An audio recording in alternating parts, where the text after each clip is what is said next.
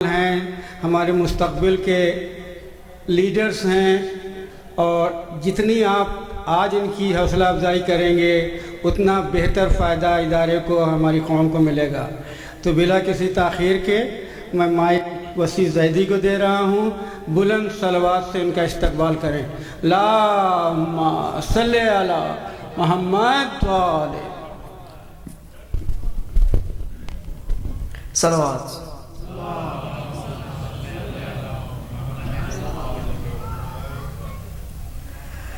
گر علی نہیں آتے زندگی نہیں آتی، گر علی نہیں آتے زندگی نہیں آتی، زندگی نہیں آتی، روشنی نہیں آتی، روشنی نہیں آتی، بندگی نہیں آتی، بندگی نہیں آتی، آگہی نہیں آتی، روح کے گلستان میں، روح کے گلستان میں تازگی نہیں آتی،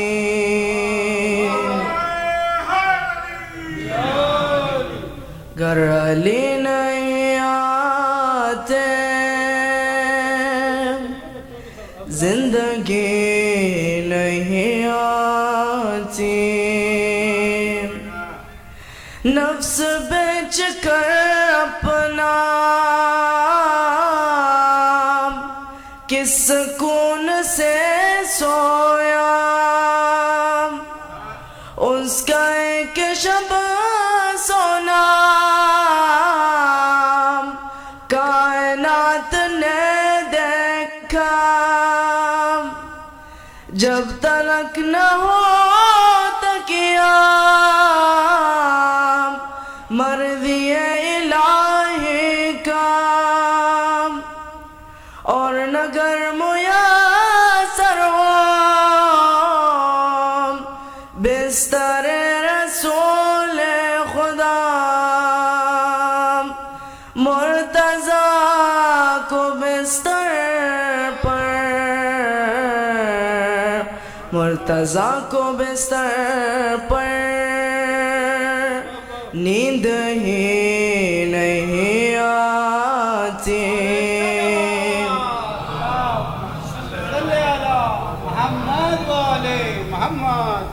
گر علی نہیں آتے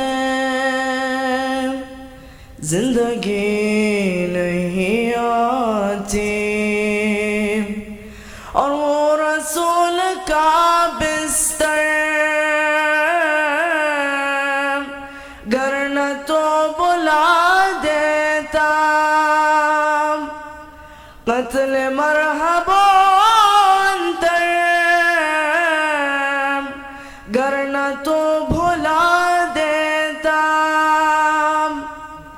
فتح خندق و خیبر گر نہ تو بھلا دیتا، وہ غدیر کا منبر گر نہ تو بھلا دیتا، شیخ تیرے سے میں، شیخ تیرے سے میں تیرگی نہیں آتی، گر علی نہیں آتے زندگی نہیں آتی، کلمہ جس کا پڑھتے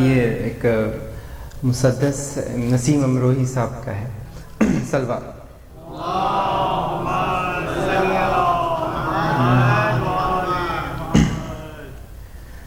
مسند نشین بزم طہارت ہے فاطمہ،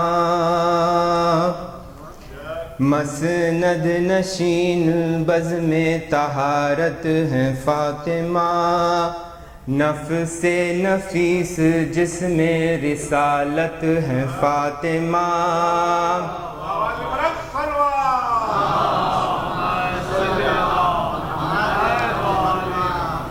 نفس نفیس جس میں رسالت ہے فاطمہ، راس الرئیس تاج شفاعت ہے فاطمہ، اصل اصول نخل امامت ہے فاطمہ،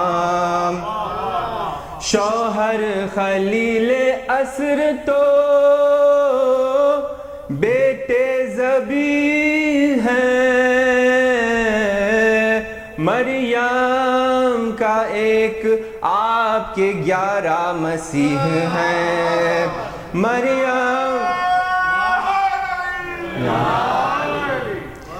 مریم کا ایک آپ کے 11 مسیح ہیں، حیدر کی جانماز ردائے بطول ہے، قول نبی سے فرض ولائے بطول ہے، ام الکتاب محو ثنائے بطول ہے، قرآن کے شروع میں بائے بطول ہے، قرآن کے شروع میں بائے بطول ہے، حیدر سمیت فاطمہ راس الکتاب ہے، بے ہے بطول نقطہ بابو تراب ہے،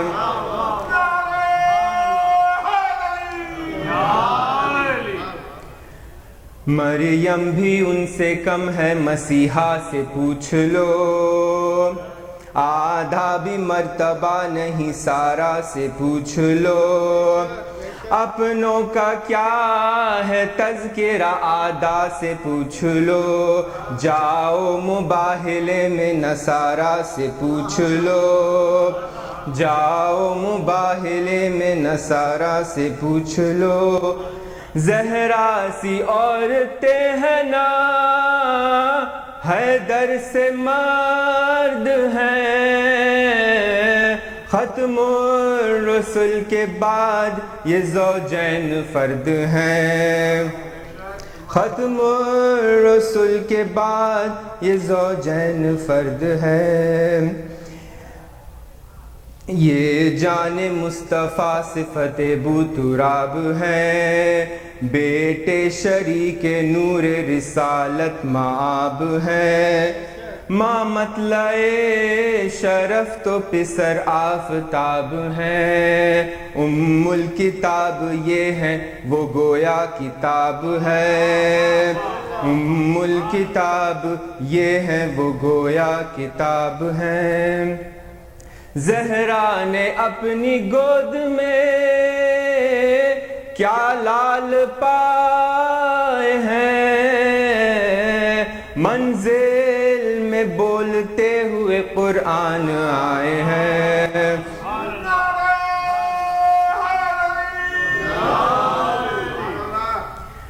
صدیقہ و زکیہ ہے یہ فخر آسیہ، مرضیہ و رضیہ و زہرا و رازیہ، آیا ہے جس کا سورہ مریم سا حاشیہ، آیا ہے جن کی شان میں سورہ حل عطا، آیا ہے جن کی شان میں سورہ حل عطا، حیدر میں یہ صفت نا رسول حجاز میں، تسبیح فاطمہ کی ہے شامل نماز میں، تسبیح فاطمہ کی ہے شامل نماز میں، مسند نشین بزم طہارت ہیں فاطمہ، صلوات۔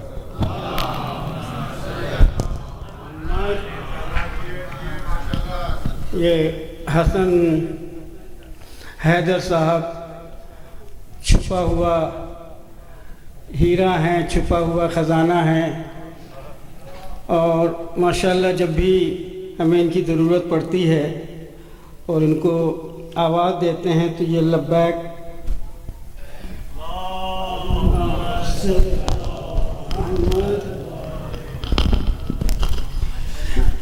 یہ ہمیشہ لبیک کہتے ہیں، اور ہم دعا گو ہیں کہ مولا آپ کی خوشیوں میں اضافہ کرے، آپ جو فی سبیل اللہ اتنی خدمت کر رہے ہیں قبولیت کے درجے پہ پہنچے۔ اب ایک مولا علی کے شان میں ہوئی، ایک جناب سیدہ کے شان میں ہوئی، تو چند اشعار میں پیش کر رہا ہوں مولا علی کی خدمت میں، قبلہ اجازت ہے۔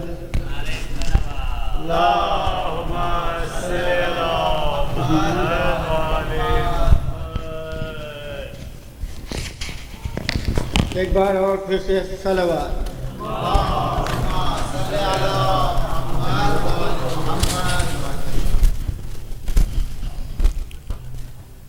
نجات کب ہے امامت کی رہبری کے بغیر، چونکہ قبلہ مولا علی کی ولایت کا تذکرہ کر انہوں نے چھیڑ دیا، تو میں نے سوچا کہ کچھ مولا علی کے اشعار ثنا یہاں سے ہو جائے۔ نجات کب ہے امامت کی رہبری کے بغیر، کی مشکلیں نہیں ٹلتی ہیں یا علی کے بغیر، یار کی مشکلیں نہیں ٹلتی ہیں یا علی کے کے بغیر بلا وسیلہ اندھیروں میں ڈھونڈتے ہو خدا، نہیں ملے گا عقیدت کی روشنی کے بغیر، نہیں ملے گا۔ یہ کہہ رہے ہیں سردار می سمیت عمار،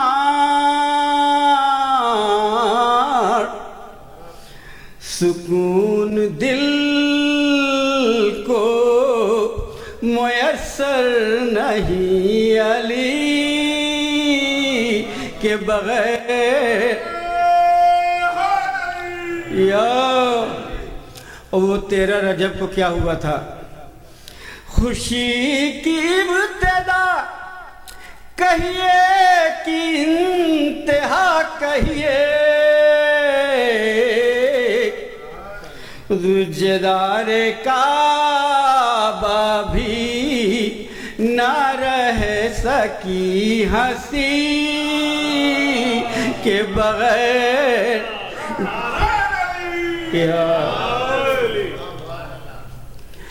علی کے عشق کا یہ زندہ معجزہ دیکھو، میں مر کے آج بھی زندہ ہوں زندگی کے بغیر، میں مر کے آج بھی زندہ ہوں زندگی کے بغیر۔ اور اس شعر پہ خاص توجہ چاہوں گا۔ تھا حق پہ کون یہ حق جانے تم بتاؤ، مگر یہ حق چلا ہے کہیں 2 قدم علی کے بغیر۔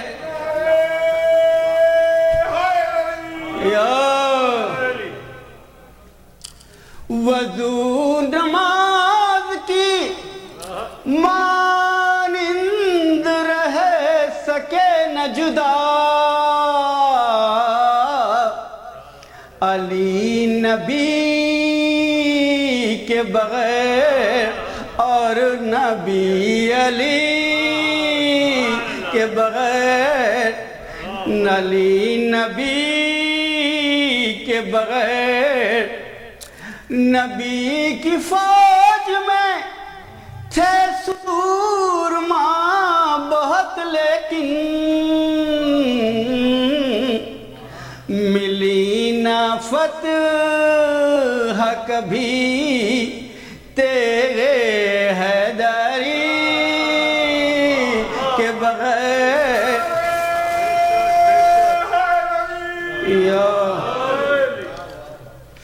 خدا رسول کتاب خدا تھی کافی، مگر نہ ہوتا دین مکمل کبھی علی کے بغیر، نہ ہوتا دین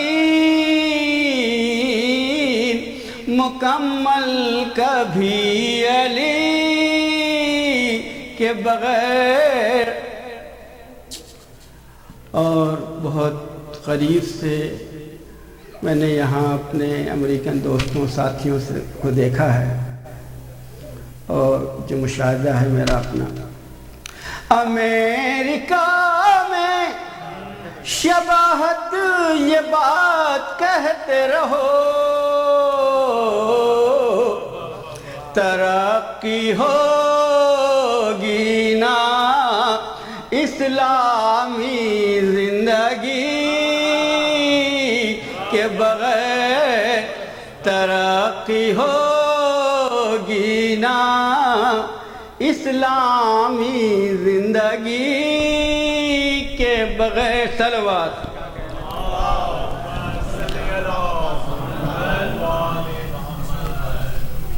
بہت بہت شکریہ، آپ نے اتنی اچھی طرح سے سنا. اب میں 4 مصر استقبالیہ اس اشعار کے طور پہ پیش کرتا ہوں. ہمارے بزم میں ایک اتنی بڑی ہستی موجود ہے جو سارے دنیا میں اس وقت اردو میں ذکر اہل بیت کے لیے مشہور ہے، اور یہ استقبالیہ شعر میں امام حسن علیہ السلام کے حوالے سے پیش کر رہا ہوں.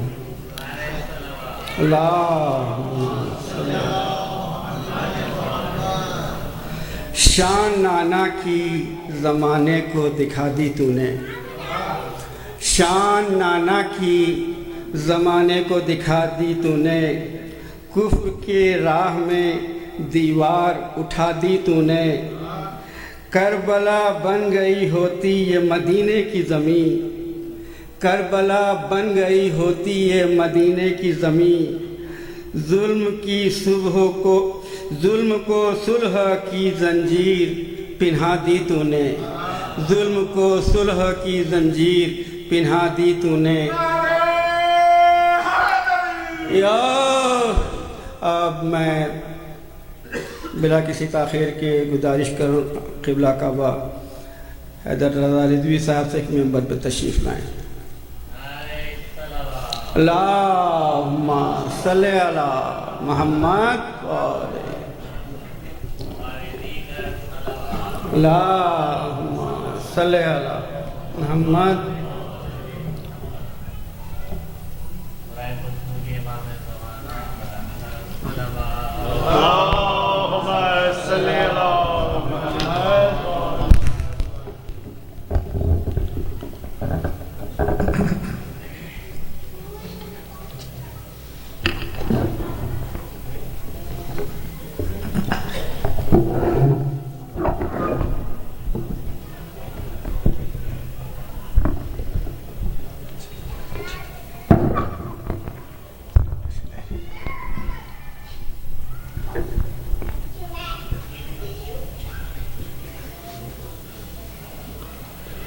محمد وعلى محمد صلوات. اللهم صل على محمد وعلى محمد. ایک اور بلند صلوات بار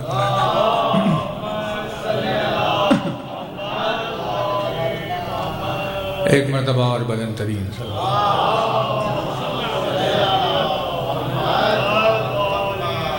ایک بآواز بلند صلوات اور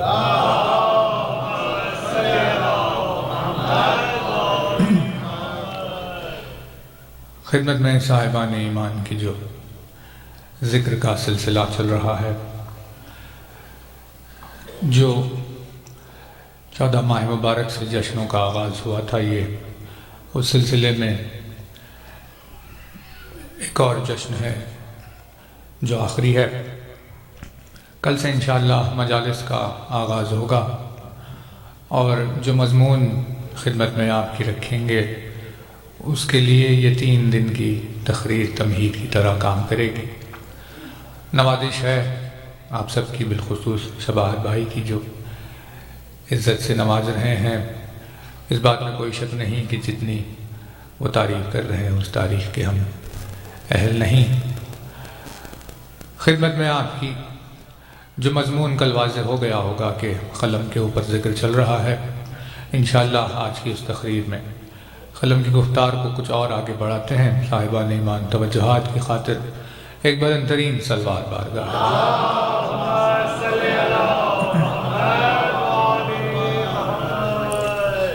لا حول ولا قوة الا باللہ العلی العظیم. اعوذ باللہ من الشیطان اللعین الرجیم. بسم اللہ الرحمن الرحیم. الحمدللہ الذی قصرت عن رؤیتہ ابصار الناظرین وعجزت عن نعتہ اوہام الواصفین. صلی علی محمد وآلہ الطاہرین ولعنۃ اللہ علی اعدائہم وقتلتہم اجمعین من الآن الی قیام یوم الدین. اما بعد فقد قال اللہ سبحانہ تبارک و تعالی فی کتابہ المبین وقولہ الحق. بسم اللہ الرحمن الرحیم. الحمد للہ رب العالمین.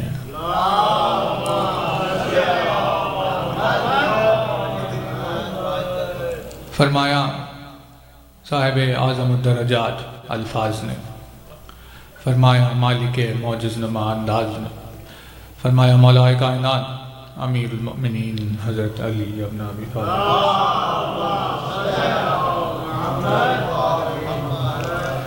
مولا کائنات کے جس مبارک اور مقدس فرمان سے خدمت میں آپ کی ذکر کا آغاز کر رہے ہیں. اپنی اس بے مثل و بے نظیر حدیث میں مولا کائنات نے اپنے چاہنے والوں کو اس کی فضیلت اور اس کے مقام اور رتبے سے آگاہ کیا، جسے ہم قلم کہتے ہیں. یعنی ان جنرل قلم کہا جاتا ہے پین کو، جو آلہ ہمارے پاس لکھنے کا موجود ہے اسے قلم کہتے ہیں. لیکن ظاہر سی بات ہے کہ لینگویج میں جب بھی کوئی لفظ پر بحث ہوتی ہے تو اس میں بہت سارے اس کے ڈائریکٹ میننگز ہوتے ہیں اور بہت سارے اس کے امپلائڈ میننگز ہوتے ہیں. اور معاشرے میں جو معنی رائج ہو جاتے ہیں وہ زیادہ تر امپلائڈ میننگ کے ہوتے ہیں. توجہ ہے نا؟ جیسے مثال کے طور پر کتاب ایک لفظ ہے جس کے معنی ہم لیتے ہیں بک کے، لیکن کتاب کو بک کہنا یہ اس کا امپلائڈ میننگ ہے. اصل میں کتاب کے معنی بک کے نہیں ہے. اصل میں کتاب کے معنی کتبہ کے معنی، کتاب کے مکتوب کے کاف تے بے روٹ ہے. اس سے کتاب، کتبہ، کاتب، مکتوب یہ سب الفاظ بنے، جس کے معنی ہے کسی چیز کے آبلیگیشن کے. تو جو ہے نا، یعنی کتبہ کے معنی کسی چیز کے لازم ہو جانے کے، کسی آبلیگیشن کو کتبہ کہتے ہیں. لکھنے کو نہیں کہتے. لکھنا اس کے معنی میں لیا جاتا ہے کیونکہ کسی بھی آبلیگیشن کو واضح کرنے کے لیے اسے لکھ کر دیا جاتا ہے. اس سینس میں کتاب کے معنی اس کے ہے جس میں لکھا جائے، لیکن کتبہ کے معنی کسی چیز کو لازم کر دینے کے. جیسے پروردگار عالم نے روزوں کے لیے ارشاد فرمایا کتب علیکم الصیام، ہم نے تم پر روزے لکھ دیے ہیں. لیکن اس کا مطلب یہ نہیں ہے کہ ہمارے اوپر اللہ نے روزہ لکھ دیا ہو، کہ اگر ہم اپنے ہاتھ پیر ڈھونڈنے لگے تو کہیں پر لکھا ہوا نظر آئے کہ روزہ. اس کا مطلب یہ نہیں ہے. لکھ دینے کے معنی ہے کہ ہم نے تم پر روزے کو لازم کر دیا ہے. یعنی اب آبلیگیشن کے اندر آ گئے کہ بھئی واجب قرار دیا. تو کتاب کے معنی، کتبہ کے معنی آبلیگیشن کے ہے. ویسے ہی جیسے قرآن مجید نے آغاز کیا اور کہا ذالک الکتاب، بھئی وہ کتاب. اور جو ہے نا بات واضح ہو رہی ہے. قرآن ہم نے کھولی اور کھولتے ہی سامنے رکھتے ہوئے آغاز جب کیا تو الحم کے بعد آیت سامنے آئی ذالک الکتاب، جس کا ترجمہ یہ ہوتا ہے کہ وہ کتاب. کیونکہ حاذا کہتے ہیں نزدیک کو، ذاکا کہتے ہیں دور کو، اور ذالکہ کہتے ہیں بہت دور کو. ذالک الکتاب کے معنی ہے وہ جو بہت دور کتاب ہے. لیکن پڑھنے والے نے تو قرآن آغوش میں رکھ لیا. تو جو کتاب آنکھوں کے سامنے موجود ہو اسے بہت دور کیسے کہا جا سکتا؟ یعنی کسی ایک کی طرف اشارہ کیا جا رہا ہے، اور اسی آیت کی وضاحت میں ارشاد فرماتے ہوئے مولا نے کہا انا ذالک الکتاب الذی لا ریب فیہ،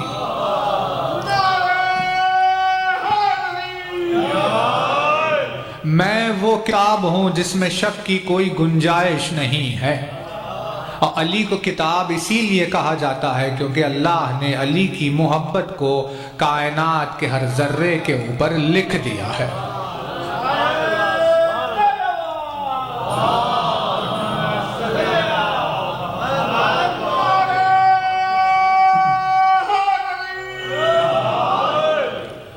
اسی لیے کہا گیا کیونکہ ان کی محبت کو عالمین پر لکھ دیا گیا ہے۔ توجہ ہے نا؟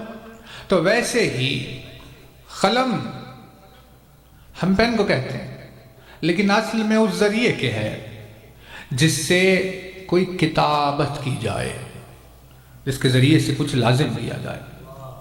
توجہ ہے نا؟ تو اب دیکھیے قلم کے لیے کیا کیا چیزیں مشہور ہیں دنیا میں، کہ قلم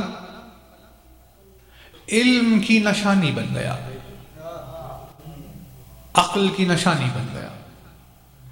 جس کسی کو عقل یا علم سے دوستی ہے اس کی خود بخود قلم سے دوستی ہو جاتی ہے۔ کوئی بھی علم پسند انسان دنیا میں ایسا نہیں ملے گا جسے قلم پسند نہ ہو، اور وہ اپنے علم کی قلم کے ذریعے سے دلیل لیتا ہے۔ تو مولا نے قلم کو صرف لکھنے والا نہیں کہا، مولا ارشاد فرماتے ہیں یا تو قلم سے لکھا بھی جائے گا یا قلم سے بولا بھی جائے گا۔ توجہ نا؟ یعنی قلم صرف رائٹنگ کی چیز کو نہیں کہا جاتا، بلکہ جس کے ذریعے سے انفارمیشن پھیل جائے اس آلے کو قلم کہتے ہیں۔ توجہ رہے؟ یعنی کیا ارشاد فرمایا؟ فرماتے ہیں رسول کا میزان النبلک وقلم کا ابلغ من ینطق عنک۔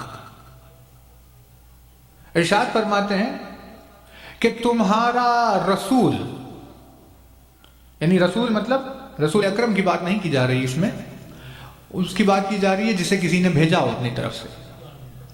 رسولوں کا، تم جب کسی کو بھیجتے ہو اپنی طرف سے رسول بنا کر، تو وہ صرف تمہارا رسول نہیں ہوتا، بلکہ وہ میزان النبلک، بلکہ وہ تمہاری بلندی کا، تمہاری شان و شوکت کا ترازو بھی ہوتا ہے۔ بات واضح ہو رہی ہے نا؟ یعنی اگر ہم نے اپنی طرف سے کسی کو بھیجا تو ہم نے صرف ایک انسان کو نہیں بھیجا جو ہماری طرف سے آ رہا ہے، بلکہ وہ یہ طے کرے گا کہ ہمارا وقار، ہماری ڈگنیٹی کیا ہے، ہماری بلندی کیا ہے۔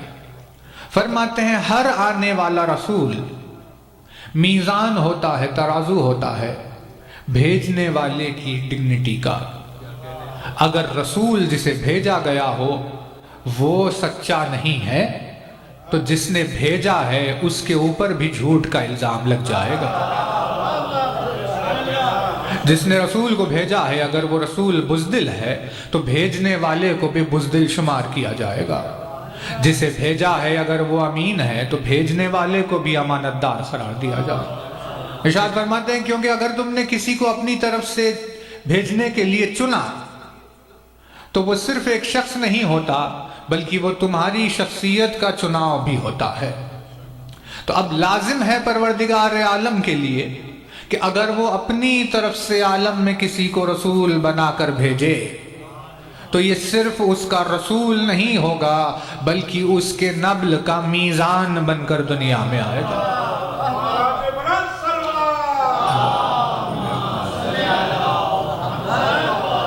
بھائی توجہ ہے نا؟ یعنی جسے اللہ رسول بنا کر بھیجے گا تو رول کیا دیا مولا نے؟ ارشاد فرماتے ہیں کہ تمہارا رسول تمہارے نبل کا، نبل یہ عربی ورڈ ہے، اسی کو انگلش میں لے لیا گیا، نبلک تو نون بے لام کو ہم نے انگلش میں بھی NBL لیا، تو جسے آپ نوبل کہتے ہیں اسی کے معنی ہے عربی میں نبل. اس لفظ کو انگلش نے لے لیا اور اسے رائج کر دیا. تو کیا ارشاد فرمایا؟ توجہ رہے. رسولوں کا میزان و نبلک، تمہارا رسول تمہارے نبل کا ترازو ہوتا ہے. یعنی تمہاری شخصیت کو جب تولا جائے گا کہیں اور پر تو تمہارے بھیجے ہوئے رسول کے ذریعے سے. بات ہو رہی. جیسے جب رسول اکرم نے جناب جعفر طیار کو ایتھیوپیا بھیجا تو وہ صرف ایک شخص کو نہیں بھیجا بلکہ ایسی ہستی کو بھیجا جسے دیکھ کر لوگ رسول کا اندازہ لگائیں گے.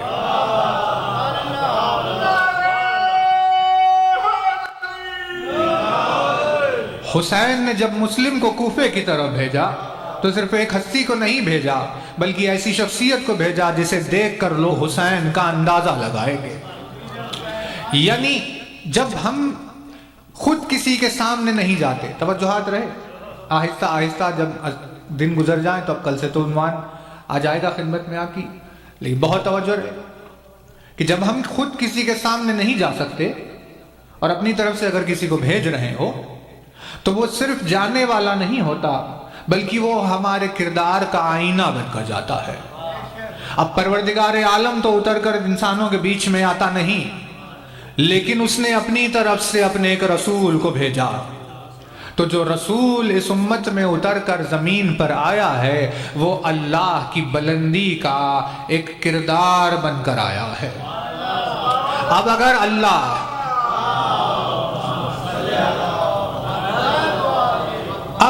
اللہ قادر ہے تو کسی محتاج کو رسول بنا کر نہیں بھیجے گا.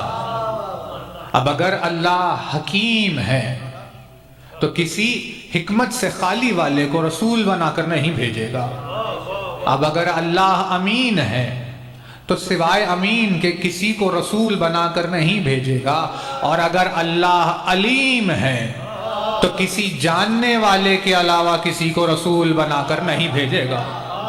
یعنی جو لوگ یہ کہتے ہیں کہ رسول کو پڑھنا اور لکھنا نہیں آتا تھا وہ اصل میں اللہ کو لا علم کہہ رہے ہیں.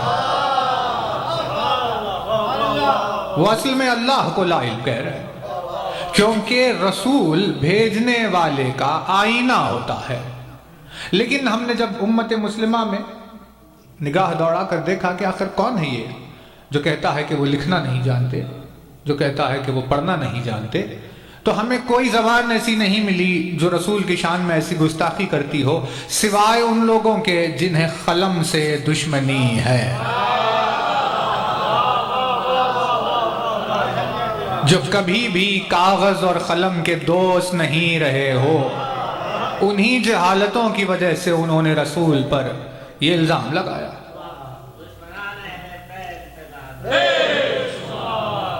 فرماتے ہیں کہ تمہارا رسول، بہت توجہ ہے، تمہارا نبل کا تمہاری آئینہ میزان ہوتا ہے. والقلم کا ابلغ من ينطق عنك، اور اگر تمہاری طرف سے سب سے فصیح کوئی بولنے والا ہو تو وہ تمہارا قلم ہوتا ہے.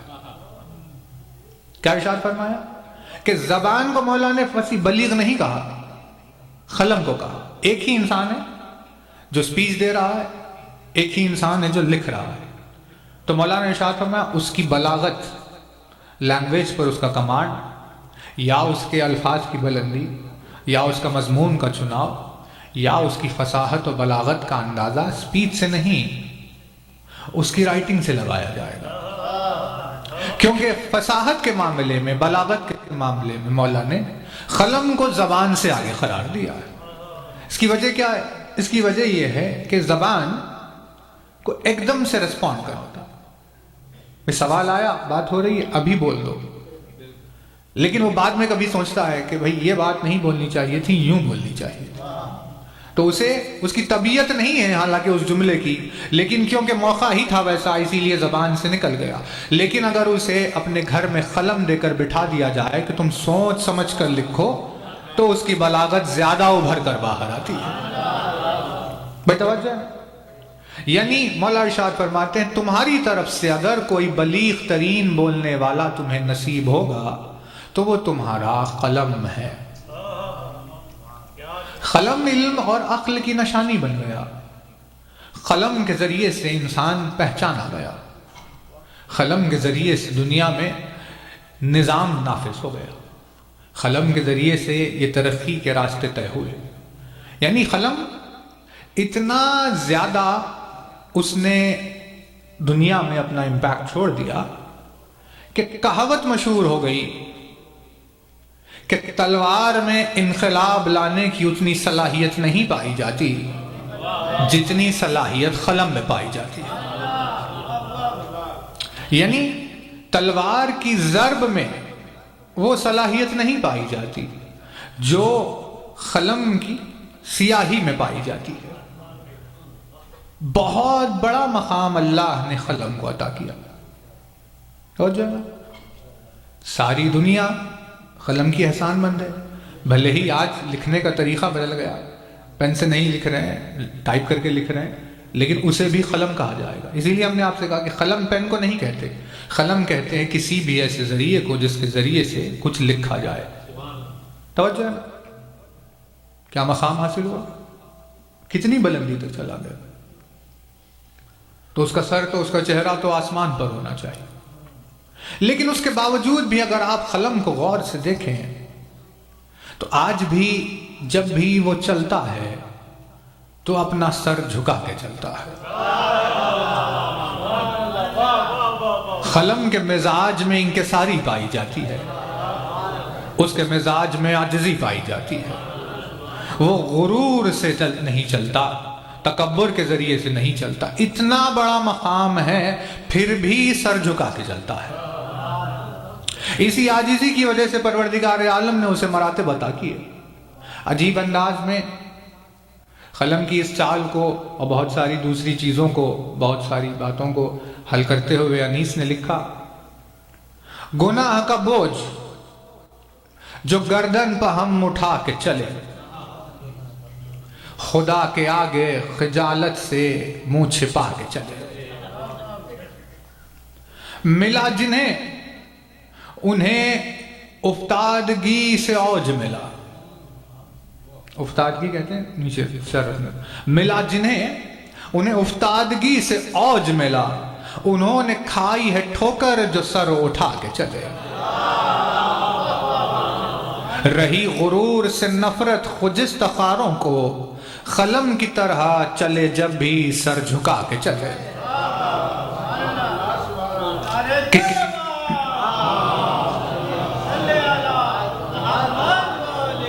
کسی کا دل نہ کیا ہم نے پائمال کبھی، چلے جو راہ تو چینٹی کو بھی بچا کے چلے۔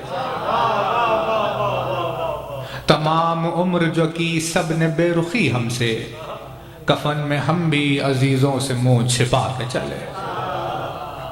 انیس دم کا بھروسہ نہیں، ٹھہر جاؤ، چراغ لے کے کہاں سامنے ہوا کے چلے۔ یعنی اس کی صفت دیکھیے، اتنے بڑے مرتبے اور منصب پر فائز ہونے کے باوجود بھی سر جھکا کر چلتا ہے۔ لیکن قلم کا سر جھکا کر چلنا صرف اس کی عاجزی نہیں ہے، کیونکہ اگر کسی کے دامن میں صرف کامیابیاں ہی کامیابیاں ہو تو اس کا سر جھکانا مشکل ہو جاتا ہے۔ توجہ نہیں کر رہے توجہ؟ ٹھیک ہے، جتنی آپ کی توجہ اتنی بلند صلوات پڑھ دے بار بار۔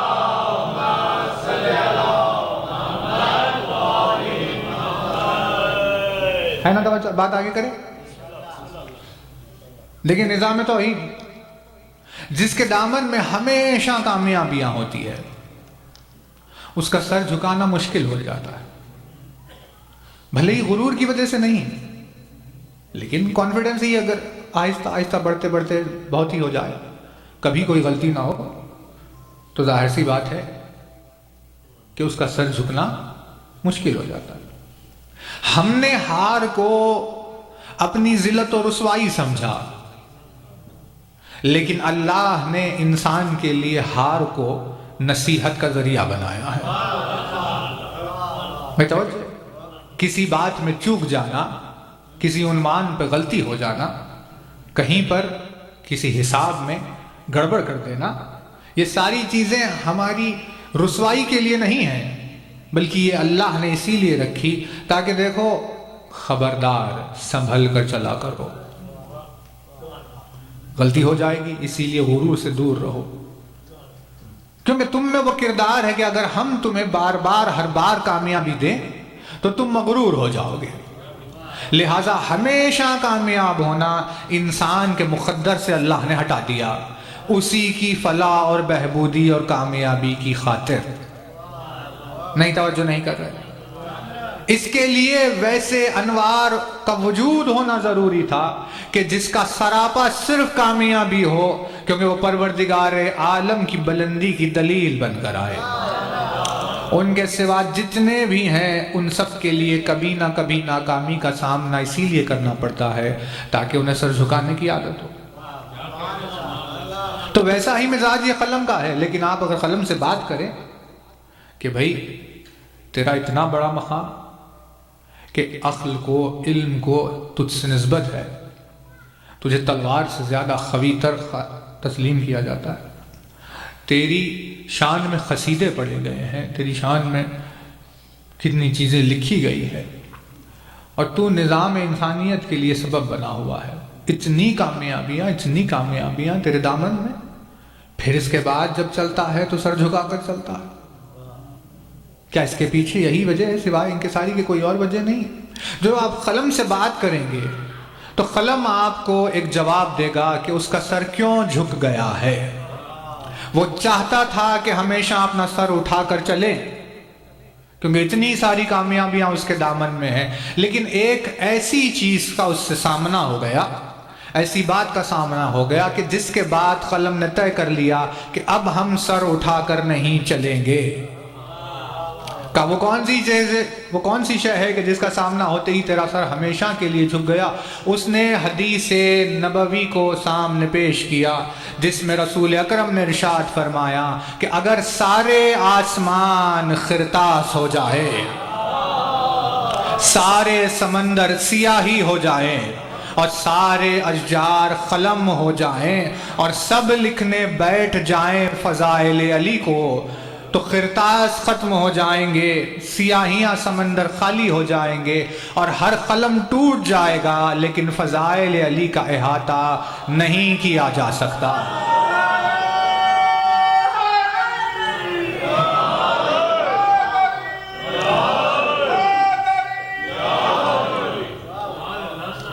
کیونکہ علی کی فضیلتوں کو لکھنے سے عاجز آ گیا، اسی لیے قلم کا سر جھک گیا ہے۔ یعنی اتنی عظیم ہستی ہونے کے باوجود بھی فضائل علی کے آگے جھک جائے، یہ سب کا نصیب ہے۔ لیکن ہم اس قلم کی بات کو یہاں پر روک کر خدمت میں آپ کی آیت عرض کر دیں، یا جتنی بھی دیر بچ گئی اس میں جہاں تک بات چلی جائے، کیونکہ بہت توجہ رہے جو 5 دن آپ کے ذہنوں میں مجالس میں یہ سارے کی پوائنٹس ہیں، ان سب کی ضرورت یہ ہے کیونکہ ہم دنیا میں یوں کام کر رہے ہیں، یوں چل رہی ہے ہماری زندگی کہ ہم لوگوں نے صرف چھتوں کی طرف دیکھنا شروع کیا۔ آج کل آپ دیکھیں گے بشر کی نگاہ چھت پر ہے، کسی کی کامیابی کے مقام پر۔ ہم نے اس کے باطن پر غور کرنا چھوڑ دیا کہ بھئی اتنا بلند چھت تو اس کی بنیاد کتنی گہری ہوگی، اتنا کامیاب انسان تو اس کے پیچھے محنت کتنی ہوگی، ہے نا؟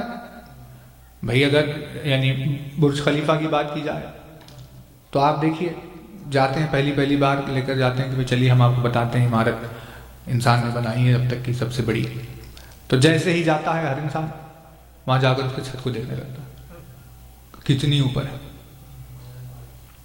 ہے نا؟ لیکن وہ ایسے ہی اوپر نہیں چلے گیا، اس کی بنیاد پر بہت کام ہوا ہے، کیونکہ اگر بنیاد کے بغیر کسی چیز کو ٹھہرایا جائے گا تو تھوڑی سی ہوا سے گر جائے گی۔ مطلب اگر بلندی، کسی کا چھت ہمیں بہت اونچا نظر آ رہا ہے تو بنیاد پر کام ہوا ہے، اسی کو آپ کچھ بھی کہہ لیجئے، ہوم ورک کہہ لیجئے۔ مجلسوں میں بھی ایسی ہوتا ہے، بہت توجہ رہے اپنے بھائی، حالانکہ دیکھیے کل سے عنوان کا آغاز ہوگا، لیکن توجہ بہت رہے، کیونکہ مجلس میں آنے کا بھی ایک ہوم ورک ہوتا ہے۔ مجلس میں مقرر 1 گھنٹے میں ہر پہلو پر جو آپ کے ذہن میں آ رہا ہے اسے کور نہیں کر سکتا۔ وہ کوئی بات کرے گا، اشارتاً آگے بڑھ جائے گا، لیکن اس کو سمجھنے کے لیے ہمارا ہوم ورک ضروری ہوتا ہے، کیونکہ اگر اس نے آیت کوٹ کر دی اور ہمیں معلوم ہی نہیں اگر آیت، تو پھر ہم کیسے اس کی بات تک پہنچیں گے، ہے نا؟ تو بہت ساری چیزوں پر جس پہ ہمیں کام کرنا ہے، اسی میں سے ایک ہے یہ جسے کہتے ہیں ظاہر اور باطن۔ ظاہر اور باطن۔ مشکل یہ ہو گئی کہ ہم لوگوں نے ظاہر اور باطن کو بھلا دیا۔ ہم یہ سمجھ رہے ہیں بھئی جو نظر آ رہا ہے بس وہی ہے، ہم بھول گئے کہ بھئی کسی چیز کا باطن بھی کچھ ہوتا ہے۔ توجہ ہے نا؟ یعنی جیسے اب ہم آپ کے سامنے ہیں تو ہمارا ظاہر ہے کہ آپ دیکھ رہے ہیں، تقریر کر رہے ہیں، لیکن جب آفس میں ہوتے ہیں تو وہاں ظاہر یہ ہے کہ بھی ایک امپلائی ہے، انہیں یہ نہیں معلوم کہ تقریر بھی کرتے ہیں، آپ کو یہ نہیں معلوم کہ کام بھی کرتے ہیں، یعنی آپ کے لیے جو ظاہر ہے وہ وہاں باطن ہے، جو وہاں باطن ہے یہاں ظاہر ہے۔ ایک انسان کی، ایک عام انسان کی زندگی میں کئی ظاہر اور کئی باطن ہوتے ہیں، ہے نا؟ وہ باپ ہے اپنے بچوں کے سامنے، زوجہ کے سامنے شوہر ہے، دوستوں کے ساتھ دوست ہے، بچوں کے آگے بزرگ ہے، بزرگوں کے آگے کوئی ہے، اس کی اپنی اپنی ہر محفل کے اعتبار سے اس کی ایک شخصیت ہے۔ توجہ ہے نا؟ اگر ہم ان چیزوں کو مکس کر دیں گے یا ان چیزوں کو بھلا دیں گے تو ہمیشہ کنفیوژن پیدا ہوگا۔ بھلے ہی انسان کی زندگی میں ہم کبھی یہ کرے یا نہ کرے، لیکن اہل بیت اطہار کے لیے کبھی اس میزان کو بھلایا نہیں جا سکتا، جبکہ ہر شب جمعہ یہ گواہی دی جاتی ہے، ہر شب جمعہ زیارت وارثہ میں یہ گواہی دی جاتی ہے کہ ہماری طرف سے صلوات اللہ علیکم وعلی ارواحکم وعلی اجسادکم وعلی اجسامکم وعلی شاہدکم وعلی غائبکم وعلی ظاہرکم وعلی باطنکم، یعنی ہماری طرف سے، یعنی ہماری طرف سے صلوات ہے یا حسین تجھ پر بھی، تیرے ظاہر پر بھی، تیرے باطن پر بھی۔ یعنی ہمارا یہ اقرار کرنا یہ بتا رہا ہے کہ جو ہمیں حسین نظر آ رہا ہے، حسین بس اتنا ہی نہیں ہے، وہ بشریت کے سامنے حسین کا ظاہر ہے، اور پھر اس کے پیچھے چھپا ہوا بہت زیادہ باطن ہے۔ وہ باطن سب کو میسر نہیں ہوتا، جو جستجو کرتا ہے اسے پہچاننے کی، بس انہی کو اس کا کچھ حصہ نصیب ہوتا ہے نا توجہ؟ تو ایسے ہی ہر چیز کا ظاہر باطن ہوتا ہے، قلم کا بھی ظاہر باطن۔ جو پین ہم نے اپنے ہاتھ میں لے لیا یہ ظاہر پین ہے، یعنی انسان نے بنا لیا لکھنے کے لیے پین، سر جھکا کے چل رہا ہے ساری چیزیں۔ اب اس کا باطن کیا ہے؟ اس کا باطن یہ ہے کہ رسول اکرم نے ارشاد فرمایا، اول ما خلق اللہ نوری، اول ما خلق اللہ القلم، اول ما خلق اللہ العقل۔ اللہ نے سب سے پہلے جسے خلق کیا وہ میرا نور تھا، اللہ نے سب سے پہلے جسے خلق کیا وہ قلم ہے، اللہ نے سب سے پہلے جسے خلق کیا وہ عقل ہے۔ عقل، قلم اور میرا نور، توجہ ہے نا بھئی تین ہے، عقل بھی، قلم بھی اور میرا نور بھی ہے، یہ تین، لیکن ان تینوں کے لیے جو لفظ رکھا گیا وہ ہے اول، سب سے پہلے۔ ابھی جب تین ہے تو تینوں سب سے پہلے کیسے ہو سکتے ہیں؟ تینوں میں سے کوئی ایک پہلے ہوگا، پھر دوسرا ہوگا، پھر ایک تیسرا ہوگا، لیکن تینوں کے لیے رسول نے کہا یہ تین سب سے پہلے ہیں۔ اور ایسی اور دوسری بھی حدیث جتنے بھی بیان کیے وہ سب، یہ سب سے پہلے کیسے ہو سکتے ہیں؟ کہا اسی لیے کیونکہ یہ سب ایک ہی ہے۔ اللہ نے رسول اکرم کو قلم کہہ کر پکارا ہے کیونکہ انہی کے ذریعے سے جو کچھ بھی کائنات میں ہے اللہ نے انہی کے ذریعے سے پیدا کیا ہے۔ اسی وجہ سے ان کی ہستی کو باعث ایجاد کائنات کہا جاتا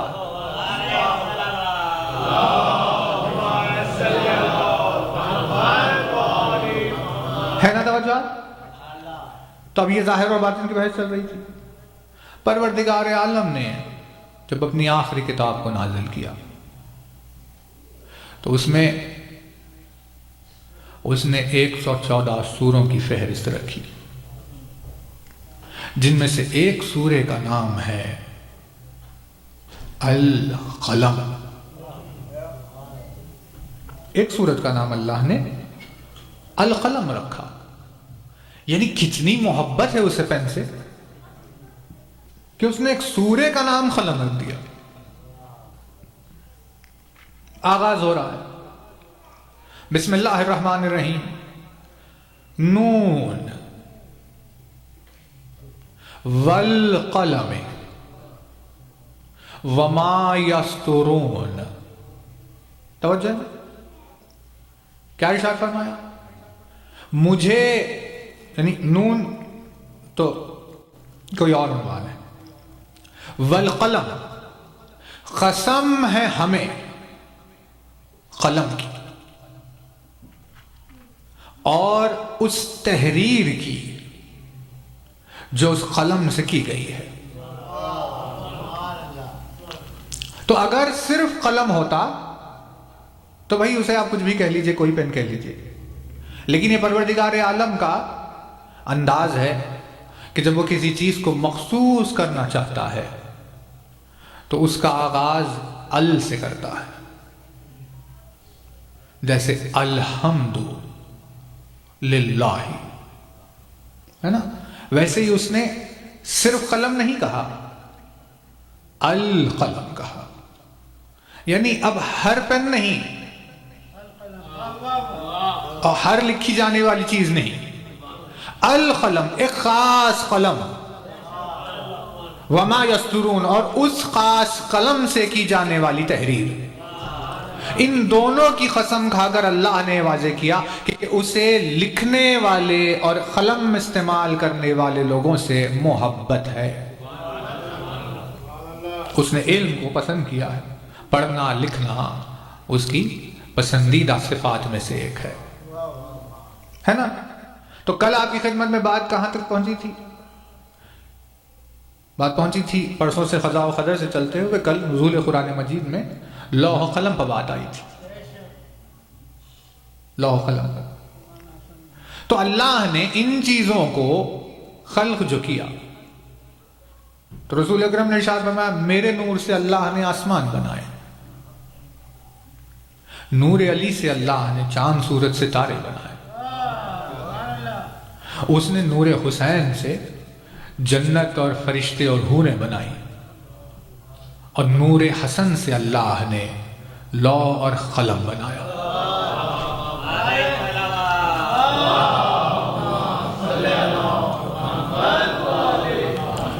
اللہ نے نور حسن سے قلم بنایا۔ کون سا قلم؟ یہ قلم نہیں جس سے ہم لکھتے ہیں، وہ قلم جس کا ذکر لوح کے ساتھ کیا جاتا ہے۔ لوح قلم پر جو قلم ہے اسے اللہ نے نور حسن سے بنایا ہے، یعنی کیونکہ اللہ نے قلم کو خلق ہی حسن کے نور سے کیا، اسی لیے حسن نے ذوالفقار نہیں اٹھائی۔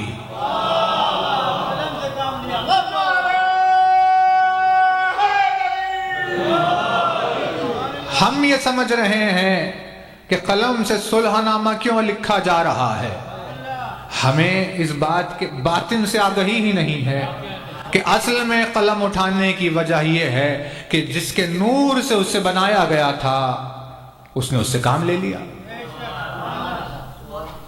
قلم اٹھا کر ایک تعویذ لکھی، اپنے بیٹے کے بازو پہ باندھ دیا۔ عاشور کے روز حسین نے وہ تعویذ کھول کر دیکھی اور قاسم کو اجازت دی تو قاسم نے تلوار چلائی۔ یعنی اب یہ قاسم کی تلوار نہیں چل رہی تھی بلکہ حسن کا قلم چل رہا تھا جو میدان کربلا میں فیصلے کر رہا تھا۔ پہ توجہ رہے تو اللہ نے قسم کھائی، والقلم وما یسطرون، ہمیں قسم ہے قلم کی اور اس تحریر کی جو اس قلم سے کی گئی ہے۔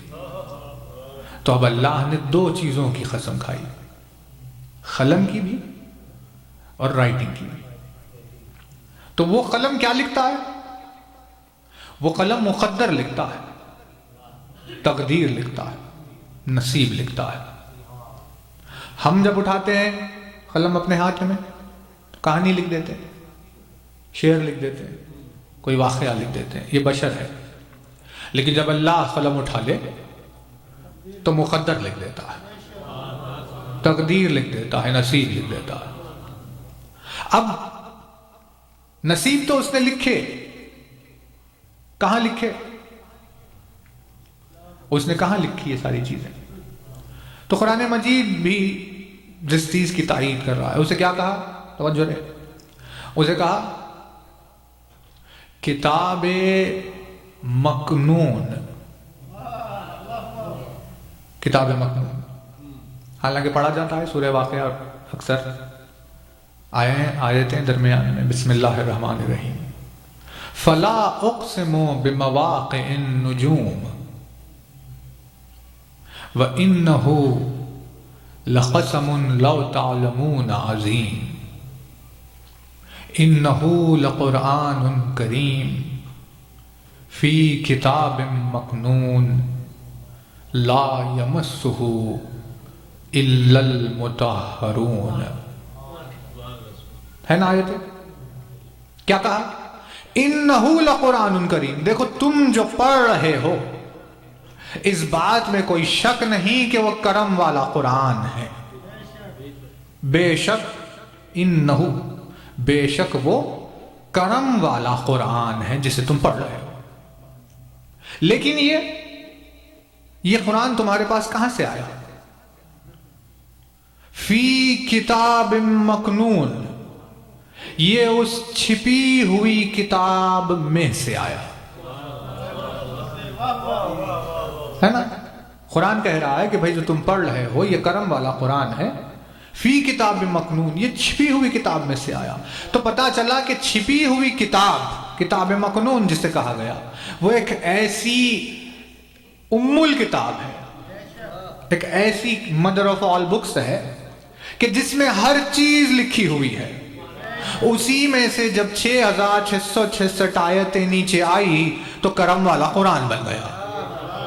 لیکن ایسا نہیں ہے کہ صرف اتنا ہی ہے جو سامنے آیا، جو سامنے اتر کر آیا وہ قرآن مجید ہے، لیکن اس کے علاوہ اس میں توریت بھی ہے، انجیل بھی ہے، زبور بھی ہے، صحیفے بھی ہے، بہت ساری ایسی چیزیں ہیں، اور لوگوں کے نصیب لکھے ہوئے، تقدیر لکھی ہوئی ہے، مقدر لکھے ہوئے، نظام لکھے ہوئے، ساری کائنات و کونین کے ہر ذرے کی تفصیل جہاں لکھی ہوئی ہے اسے کہتے ہیں کتاب مکنون۔ نہیں، توجہ نہیں کر رہے۔ دیکھیے آج کل ڈیٹا بیس مینجمنٹ کا دور چل رہا ہے، تو خیر ہماری فیلڈ نہیں ہے، ہم دوسری فیلڈ سے، لیکن جب بات ہوتی ہے ان لوگوں سے تو بتاتے ہیں کہ بھائی کتنا ڈیٹا آج کل انسان مینیج کر رہا ہے۔ بھئی ایک فون کو ہی لے لیجئے، ایک اپنے کسی کے ذاتی پرسنل فون میں بھی اس کا اتنا ڈیٹا ہے کہ اس کو 2 ہارڈ ڈرائیوز کی ضرورت پڑ جائے۔ زندگی بھر اگر وہ اپنے ہر ڈیٹا کی، یعنی ساری فوٹوز، ویڈیوز، ساری ٹیکسٹ، جتنی بھی چیزیں اس کی تھی عزیز، اگر اسے سنبھال کر رکھنا چاہے خود اپنی پرسنل زندگی کے، تو اتنا ڈیٹا ہو جائے گا کہ اس کو 4-5 ایکسٹرنل ہارڈ ڈسک لگ جائیں گے۔ مان لیجیے ایک 10 TB کم از کم ڈیٹا لگ جائے گا۔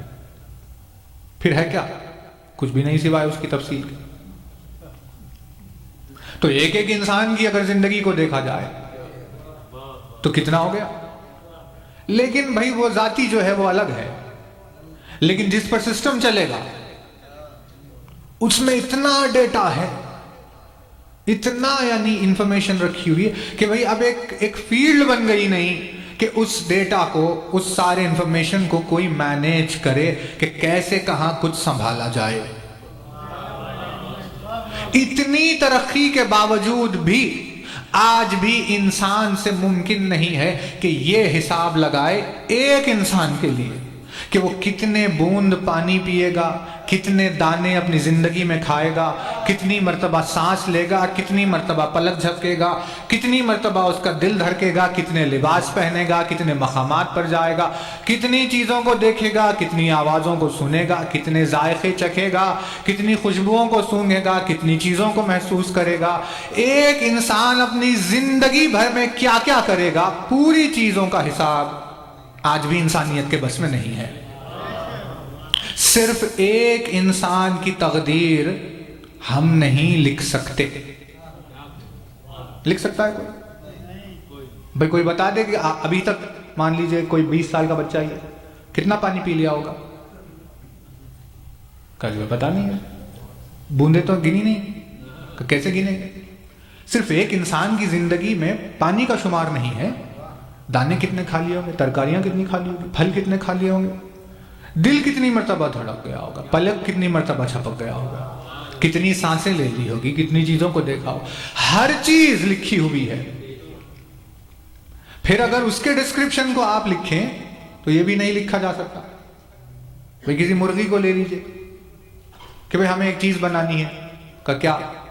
کہ ایک مرغی بنانی ہے، کہ کیسی ہوگی؟ کہ اس کی چونچ ہوگی، اس کے 2 پیر ہوں گے، پر ہوں گے، پروں کا یہ کلر ہوگا، اس کا یہ مزاج ہوگا، اس کی طبیعت یہ ہوگی، وہ دکھنے میں ایسی ہوگی، شیڈ جیسے ہونے چاہیے، کلر جیسے پھیلنے چاہیے، یعنی اتنی نزاکت کی باریکیاں اس کی خلقت میں پائی جاتی ہے کہ اس کی تفصیل بھی نہیں لکھی جا سکتی۔ لیکن یہ ایک کسی جانور کی، ایک بشر کی بات نہیں ہے، عالمین میں جتنی چیزیں موجود ہیں ان کے ایک ایک لمحے، ایک ایک تنکے کا جہاں حساب لکھا ہوا ہے اسے کہتے ہیں کتاب مکنون۔ اس کتاب مکنون میں سے، یعنی آپ جب سورہ واقعہ کو تھوڑا غور سے ٹھہر کر دیکھیں گے تو ارشاد ہو رہا ہے اسی میں سے یہ قرآن ہے جو تمہارے آنکھوں کے سامنے ہے۔ اِنَّهُ لَقُرْآنٌ کریم فی کتاب مکنون، یعنی یہ جو آیتیں ہیں 6666 یہ اس میں سے آئی ہیں، لیکن اس میں اتنی چیزیں لکھی ہوئی ہے کہ جس کا کوئی شمار نہیں کر سکتا، انسان کی تو عقل سے باہر ہے، وہ سوچنے اگر جائے گا تو دیوانہ ہو جائے گا، اتنا ڈیٹا ہے، سب کچھ وہاں لکھا ہوا ہے۔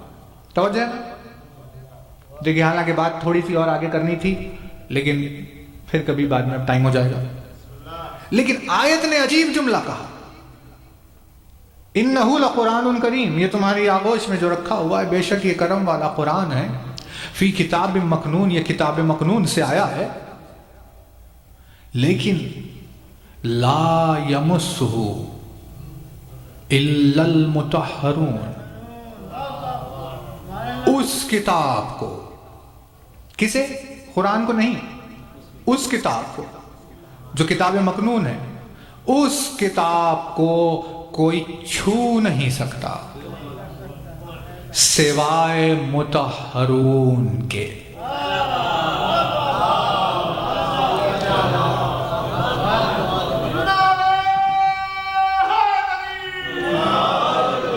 یعنی کہ یہ آیت آپ اکثر دیکھیے قرآن مجید کے اوپر لکھی ہوئی ہوتی ہے، لا یمسہ الا المطہرون، کہ اسے کوئی چھو نہیں سکتا سوائے مطہرون کے، لیکن ہم چھو دیتے ہیں۔ پھر کیسے؟ بات تو یہ ہے کہ اسے کوئی چھو نہیں سکتا لیکن انسان چھو رہا ہے، مطہرون میں سے تو نہیں ہے انسان۔ کہا بھئی یہ اس کے لیے نہیں ہے، یہ قرآن مجید پر اسی لیے لکھی جاتی ہے تاکہ یہ یاد دلایا جائے کہ اسے وضو کے بغیر چھونا حرام ہے۔ وہ آیت پڑھ کر اسے یاد آ جاتا ہے، اچھا وضو کر کے چھونا ہوگا، لیکن وہ جو آیت جس کے بارے میں بات کر رہی ہے اسے کوئی بھی نہیں چھو سکتا سوائے مطہرون کے۔ تو اب کل جیسے آپ کی خدمت میں بات ہو رہی تھی، بھئی مان لیجئے اب جیسے زمین سے 4.5 لاکھ کلومیٹر بتایا جاتا ہے چاند ہے، پھر مارس کہاں ہے. بہرحال وہ ساری بحث ہوتے ہوتے ملکی وے کا شمار انسان نے کیا کہ بھئی وہ 1 ملین لائٹ ایئرس کی ہے. سوری 1 لاکھ برس کو کیا کہتے ہیں؟ ملین. 10 لاکھ کو کہتے ہیں نا. 1,100,000 لائٹ ایئرس ملکی وے، یعنی محلہ ہمارا، سولار سسٹم ہمارا نیبرہڈ، اور ملکی وے کا ایریا کتنا ہے؟ 100,000 لائٹ ایئرس. یہ عالم ہے ملکی وے کا. پھر یہاں سے کہا جاتا ہے بھائی وہ اینڈرومیڈا اس کے قریب ہے، پھر وہ فلاں ہے، کیا ہے. 92 بلین لائٹ ایئرس کا سپین ایک اندازہ لگا دیا گیا، وہ بھی آبزرویبل یونیورس کہ جتنا نظر آ رہا ہے. پھر اب اس کے بعد کیا ہے کسی کو خبر نہیں ہے. 92 بلین لائٹ ایئرس کے بعد پھر حساب نہیں ہے. پھر مولا نے ارشاد فرمایا جو تمہیں نظر آتا ہے جو کچھ بھی، یہ سب کچھ تو پہلے آسمان کے نیچے ہے جو سب سے چھوٹا ہے، پھر اس سے بڑا دوسرا ہے، پھر ان دونوں سے بڑا تیسرا ہے، پھر تینوں سے بڑا چوتھا ہے. اس طرح 7 آسمان ایک کے اوپر ایک ہے. 7 سے بڑی کرسی ہے، اس سے بڑا عرش ہے. وہاں پر کہیں رکھا ہوا ہے لوح اور قلم اور کتاب مکنون. اب آپ بتائیے اس آیت کا ہم سے کیا ریلیونس ہے کہ بھئی جو یہاں اگر مان لیجئے کوئی پلوٹو پر نیپٹیون پر رکھی ہوئی کوئی چیز ہوتی تو بھی ہم وہاں جا نہیں پاتے، تو کوئی تعلق ہی نہیں ہے. لیکن آسمانوں کے اوپر لوح قلم اور کتاب مکنون کو کون چھوئے گا کون نہیں چھوئے گا یہ بتایا جا رہا ہے. تو پروردگار یہ آیت کا کہ ہمیں کیا ضرورت تھی؟ اس کی کوئی ضرورت تھی انسان کو کہ بھئی کوئی بھی اسے چھو لے، کوئی بھی اس کتاب کو چھو لے، کوئی بھی وہاں جائے، کوئی بھی آئے؟ ہم سے کیا تعلق؟ ہم تو کبھی وہاں جا نہیں سکتے. یہ آیت آخر تو نے انسانوں کے بیچ میں نازل کیوں کی؟ اس آیت کے ذریعے سے تو بتانا کیا چاہ رہا ہے؟ کہا میں یہ تم سے بتانا چاہ رہا ہوں کہ کتاب مکنون ہی وہ کتاب ہے جس میں تقدیروں اور نصیبوں اور مقدروں کو لکھا گیا ہے. اور اس کتاب کو، کتاب مکنون کو، جس میں قرآن بھی ہے، زبور بھی ہے، انجیل بھی ہے، توریت بھی ہے، صحیفے بھی ہے، دوسری بہت ساری چیزیں بھی ہے، اور سب کے نصیب اور مقدر بھی لکھے ہوئے ہیں. اس کتاب کو مطہرون کے علاوہ کوئی چھو نہیں سکتا. تمہارے سامنے یہ آیت اسی لیے نازل کی گئی ہے تاکہ اگر تمہیں کبھی اپنے نصیب یا تقدیر سے شکایت ہو کہ میری تقدیر میں یہ کیوں لکھا ہوا ہے، اور اگر اپنی تقدیر کو بدلنے کا سوال لے کر کہیں آگے جانا چاہو تو یہاں وہاں نہ چلے جانا، بلکہ تلاش کرنا کہ مطہرون کون ہے.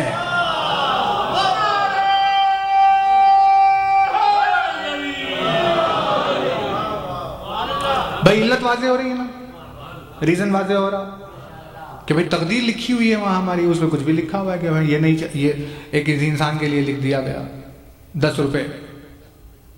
اس نے کہا پروردگار یہ 10 مجھے بس نہیں ہو رہا، مجھے تو 100 چاہیے. لیکن اب کہاں ہوگا؟ یاد ہے نا آپ کو 100 یہاں ہونا مطلب کن سے یکون میں جاؤ، یکون سے قدر میں جاؤ، قدر سے خضا میں جاؤ، خضا سے ارادے میں جاؤ، ارادے سے مشیت میں جاؤ، وہاں جا کے چینج کرو تو تب چینج ہوگا، ورنہ ایسے ہی آپ دعا کرتے رہیے کوئی چیز چینج نہیں ہوگی. لیکن اب اسے شکوا تو ہے اپنی تقدیر سے کہ بھئی مجھے یہ نہیں چاہیے، مجھے زیادہ چاہیے. میں دعا کرنا چاہتا ہوں، میں مانگنا چاہتا ہوں، میں کسی ایسے ذریعے کو تلاش کرنا چاہتا ہوں جو وہاں پر لکھی ہوئی میری تقدیر کو بدلے.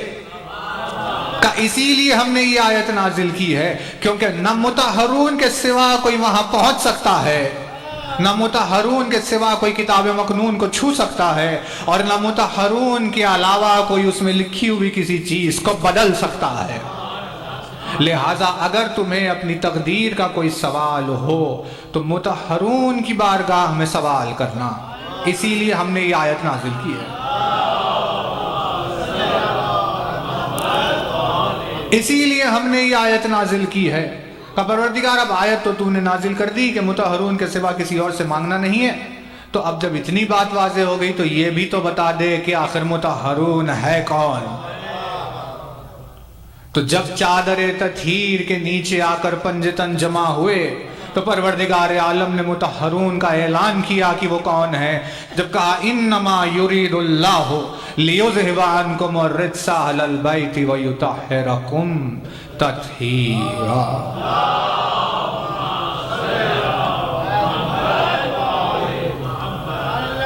یعنی نور حسن کے ذریعے سے قلم کو خلق کر کے تقدیروں کو لکھا گیا اور نور حسین کے ذریعے سے ان لکھی ہوئی تقدیروں کو تبدیل کیا گیا.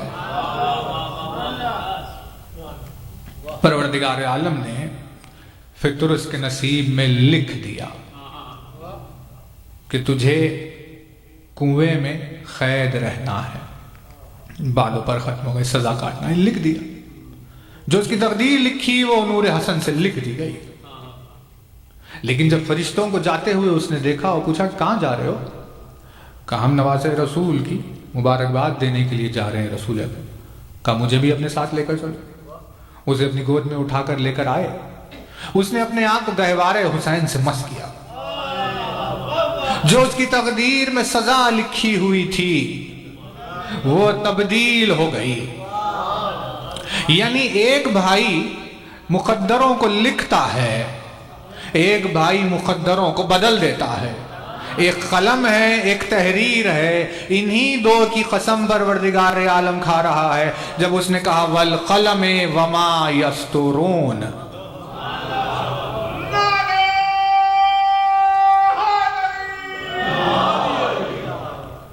یعنی اس آیت کو اگر آپ غور سے دیکھیں تو قلم اور تحریر نہیں، حسن و حسین نظر آئے گا.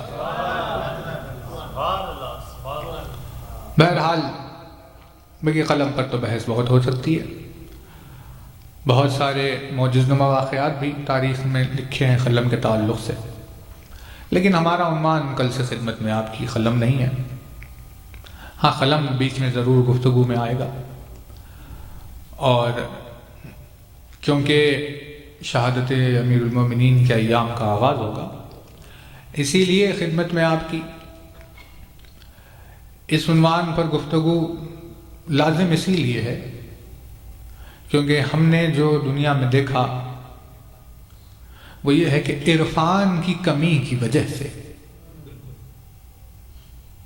انسان عمل کے بوجھ تلے دب رہا ہے، جبکہ اسے جزا میں ویسی چیز مل نہیں رہی ہے نا. انشاءاللہ یہ بھی واضح کریں گے کیونکہ مولا نے ارشاد فرمایا اول الدین معرفت. دین شروع معرفت سے ہوتا ہے. دین شروع معرفت سے ہوتا ہے. دین کسی پریکٹس کا نام نہیں ہے، دین آغاز معرفت کا نام ہے. جسے دولت عرفان نصیب نہیں ہوئی اس کے پاس اعمال کی کثرت ہے لیکن ان میں وزن نہیں ہے. بھائی بالکل ایسے ہی جیسے مان لیجئے ایک روئی کا ڈھگار لگا ہوا، دیکھنے میں آپ کو معلوم ہو کہ بھائی اتنی بڑی عمارت روئی کی کیا عالم ہے، لیکن اٹھائیں گے تو ہلکی سی ہوگی ہے نا. تو ہم آپ کی خدمت میں اتنی دور سے اسی لیے حاضر ہوئے ہیں تاکہ ہمارے جو بھائی ہیں نوجوان بھائی، ان کی کسی عبادت کے بدلے میں کوئی ہلکا کی جزا نہ ہو بلکہ عمل بھلے ہی مختصر ہو لیکن پروردگار عالم کی جانب سے مرضی شامل حال ہو. یہ معرفت کے ذریعے سے ہوتا ہے جس میں مولانا ارشاد فرمایا اول الدین معرفت ہو. تھوڑی سی گفتگو معرفت پر کل خدمت میں آ کے کر لیں گے. خمسہ مجالس کا آغاز ان 4 جملوں کو مس نہ کیجیے گا کیونکہ اگر وہ 4 جملے مس ہو جائیں تو مضمون سمجھ میں نہیں آئے گا کہ کیا ہو رہا ہے. امپورٹنس ہے اس سبجیکٹ کی جس کا ذکر کرتے ہوئے انشاءاللہ آغاز کریں گے. پروردگار عالم اس جذبہ ایمانی کو سلامت رکھے اور اس کی بارگاہ میں اس مبارک مہینے مبارک ایام و ساعت گزری ہوئی عظیم الشان ولادت اور آنے والی متبرک شہادت اور اس بارگاہ کی برکتوں مومنین و مومنات کے جذبہ ایمانی کے وسیلے سے دعا ہے کہ پروردگار عالم تمام صاحبان ایمان کو اپنے حفظ و امان میں رکھے، جو بیمار ہیں انہیں صحت کامل عنایت فرمائے، جو مقروض ہیں ان کی قرض کی ادائیگی کے اسباب ہو جائے، جو روزگار کی تلاش میں ہے پروردگار انہیں روزگار عنایت فرمائے، جن کے کاروبار میں خیر و برکت عطا، جو مفلسی اور تنگدستی میں جی رہے ہیں پروردگار انہیں خوشحالی و توانگری عطا فرمائے۔ ساری سرزمین پر علی کی محبت کے عوض ظلم و ستم کا سلسلہ چل رہا ہے پروردگار، اس زمین کے جس گوشے جس خطے میں تیرے مظہر کے چاہنے والے ہیں ان سب کی جان مال عزت اور آبرو کی حفاظت فرمائے، دشمنان اہل بیت کو نیست و نابود فرمائے، مقامات مقدسہ کی حفاظت فرمائے، ہم سب کو ناگہانی اموات اور ناگہانی حوادث سے محفوظ فرمائے، ہم سب کا خاتمہ خیر پر فرمائے، تاجیل ہو ظہور ولی عصر میں ہمیں مولا کے ناصروں میں شمار فرمائے، بلند ترین صلوات بارگاہ